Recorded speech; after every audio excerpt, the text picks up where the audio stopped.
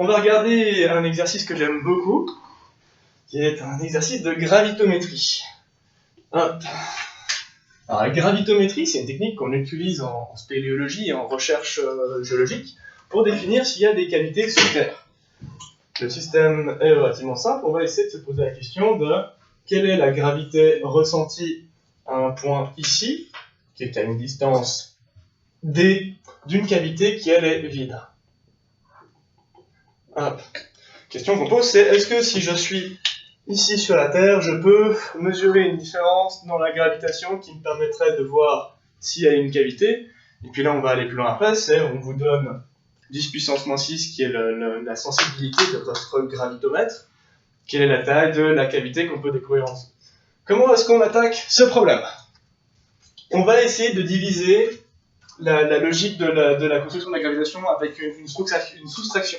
C'est-à-dire qu'on va dire, voici la gravité totale, et puis on va essayer d'y soustraire la gravité de ceci. Schématiquement, ce que je vais essayer de faire, c'est de dire, ceci, c'est égal à la gravitation de mon objet au complet, moins la gravitation, hop, de ce petit objet-là.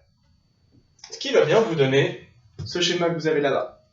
Maintenant, je préfère que vous fassiez les choses visuellement comme ça, question de bien comprendre avant de partir directement dans les équations. Et grosse erreur qu'on fait chaque fois, c'est essayer de partir directement en posant des équations, ça vaut pas la peine. Ici, on sait ce qu'on cherche maintenant. On va chercher gravité 1, est égal à la gravité terrestre, moins la gravité de la cavité. C'est ça qu'on va faire. Alors, gravité terrestre. Le GT. Qu'est-ce qu'il vaut? GM sur R. Alors, on a un grand G, ça je suis d'accord. La masse de la Terre, est-ce que tu la connais? Est-ce que dans l'exercice on nous la donne? Je crois pas, hein. Je crois pas qu'on nous la donne. Par contre, qu'on peut utiliser, en réalité, que tu utilises la masse ou que tu utilises ρ fois le volume, ça change rien. Mais je vais suivre un peu le corrigé. On va utiliser ρ fois le volume de la Terre. Donc ρ est la masse volumique de la Terre, V est le volume de la Terre. Et je divise par quoi? Le rayon au carré. Rayon terrestre au carré. Nickel. Ce qu'on cherche? En fait, on cherche la mesure gravitométrique à ce point-là. Donc en fait, ce que tu veux représenter, c'est dire comment, ici j'ai ma masse totale, qui est ma gravité complète, je vais soustraire la gravité qui est due à cette petite partie-là. Et en fait, le résultat total que j'aurai, ce sera vraiment ça. C'est cette gravité-là, moins cette petite gravité-là, ça me donne bien cette gravité. Donc là, on exprime cette gravité-là, qui est GT, qui est donc le grand G, ρ fois donc masse volumique de la Terre fois le volume de la Terre, ceci vous donne une masse, qui est la masse terrestre, divisée par le rayon au carré.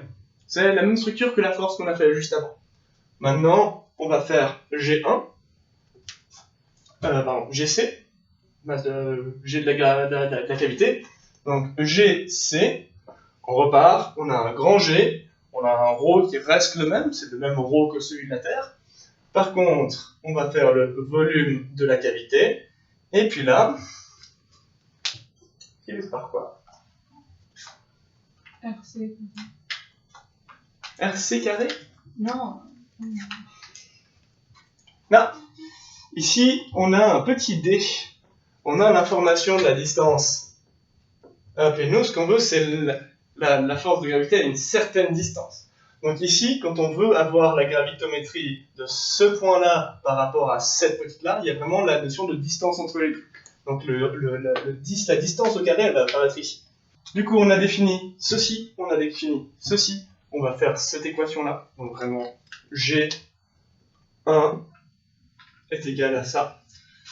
Alors, G1, il est égal, donc, GT, on a dit, grand G, ρ, fois le volume de la Terre.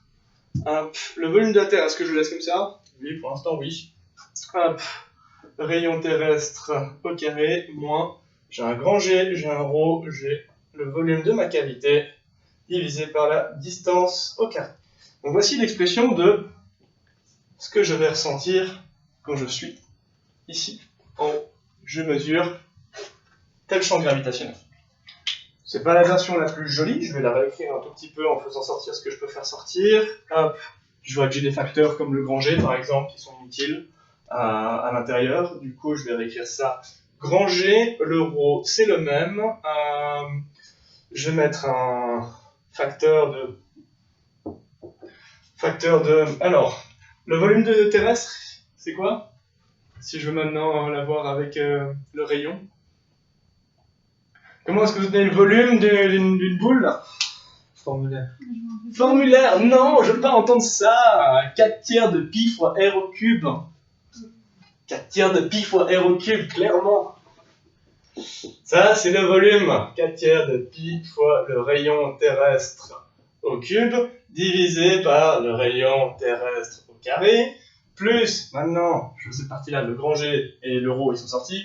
Volume de ma cavité, ça va être donc 4 tiers de pi fois le rayon de ma cavité au cube, divisé par ma distance au carré. Hop, là je peux même faire sortir mes 4 tiers de pi aussi. On va avoir finalement G1 est égal à 4 tiers de pi fois grand G fois ρ fois R de T. Hop, ici j'ai un R cube qui simplifie avec le R carré en dessous, plus hop, rayon de la cavité au cube divisé par ma distance au carré. Voici, hop, le résultat qu'on cherche. Il n'y a pas de plus belle manière de l'écrire et de le simplifier que ça. C'est pas intuitif, c'est pas logique quand on le voit la première fois. J'assure que ça marche comme ça. C'est vraiment la visualisation qui vous permettra de comprendre comment on arrive à ce genre de résultat. C'est la masse totale, moins la gravité totale, moins la gravité de cette petite chose. On la met sous forme d'équation, on simplifie. Maintenant, ça c'était le résultat qu'on vous demande de trouver à la première partie. Le résultat qu'on vous demande de trouver à la deuxième partie, il est tout aussi intéressant. Hop. On vous dit, hop, c'est quelle série, hop.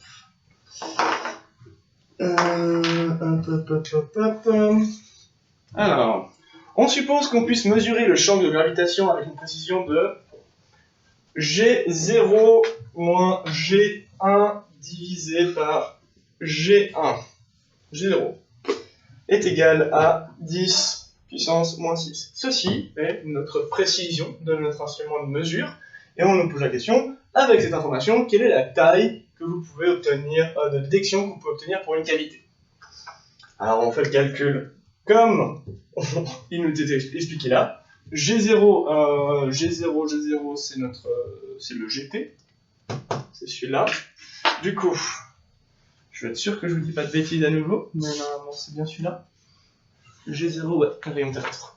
Du coup, mon G0, on avait dit que c'était grand G ρ VT divisé par le rayon terrestre au carré. Hop. Et puis, on va y faire moins G.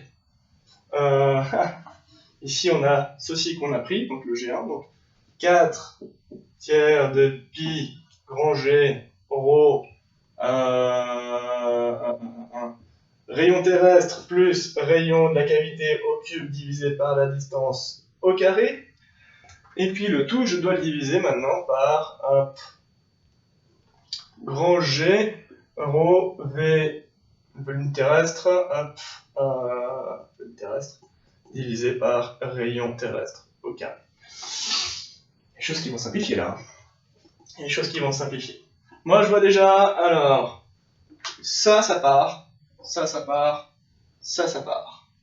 Maintenant, si je veux le réécrire au propre, il est là.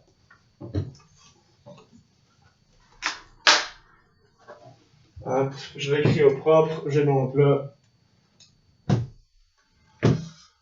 volume de la Terre divisé par le rayon terrestre au carré moins. Alors, le volume de la Terre, je vais changer directement, je vais dire que c'est 4 tiers de pi fois le rayon terrestre au cube. La deuxième partie que j'ai là, j'ai donc un 4 tiers de pi fois un R T plus... Alors, on nous a précisé une petite chose dans la donnée, on nous dit que c'est un cas particulier, le cas particulier de D qui est égal à RC. Donc le rayon de la cavité est le même que la distance qu'on compare. Ça veut simplement dire que la cavité, elle est littéralement à fleur sous la surface. Il n'y a pas de distance. Si la distance du centre au-dessus est la même, c'est-à-dire que vraiment, elle est juste en dessous. Hop. Ce qui va nous simplifier nos calculs. Hop. Ce qui va nous faire un RC. Ici, on est d'accord, hein, on a le carré qui va annuler le cube. Et puis le tout est divisé encore par un... donc VT, on a un 4 tiers de pi fois le rayon terrestre au cube, divisé par... il nous reste quoi? Il nous reste RT carré. Hop. Donc là, on va aussi simplifier des choses. Hop. Hop. On va pouvoir simplifier. Les 4 tiers, ils apparaissent devant. Ouais. Pourquoi j'ai fait ça? Oui, les 4 tiers, ils disparaissent. Voilà. Et puis là, on va pouvoir simplifier. D'un côté, j'ai donc RT moins... Alors là, j'ai un RT plus RC, c'est vraiment ce qui me reste de au-dessus, divisé par RT au cube divisé par RT carré. Pour moi, il me reste un RT. Ceci va nous donner ça moins ça, 0. Il nous reste RC sur RT. Ça, c'est notre précision. On va l'égaliser à 10 puissance moins 6.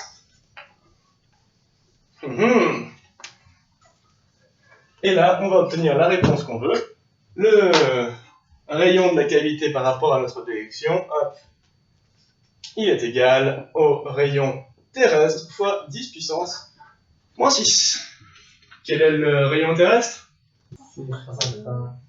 Parfait, 6380. Du coup, notre RC est de 6, à peu près mètres. Les matériels qu'on a actuellement nous permettent de détecter une cavité qui est de l'ordre de 6 à 8 mètres sous terre. C'est très précis, c'est très intéressant de voir que les gravités peuvent s'annuler les unes et les autres et que c'est mesurable. C'est un truc que vous utilisez peut-être un jour dans l'industrie. C'est intéressant à savoir.